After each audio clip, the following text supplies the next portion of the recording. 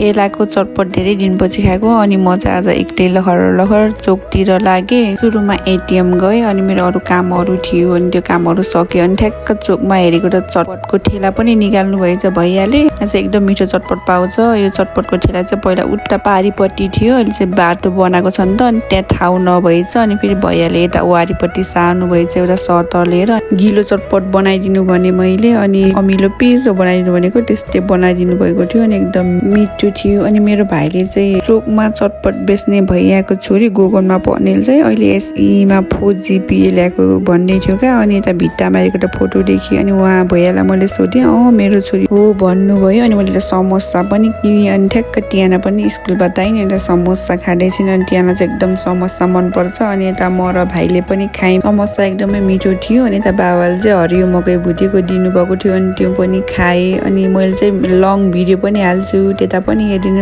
ल। By by, अर्को भिडियोमा भेटौँ।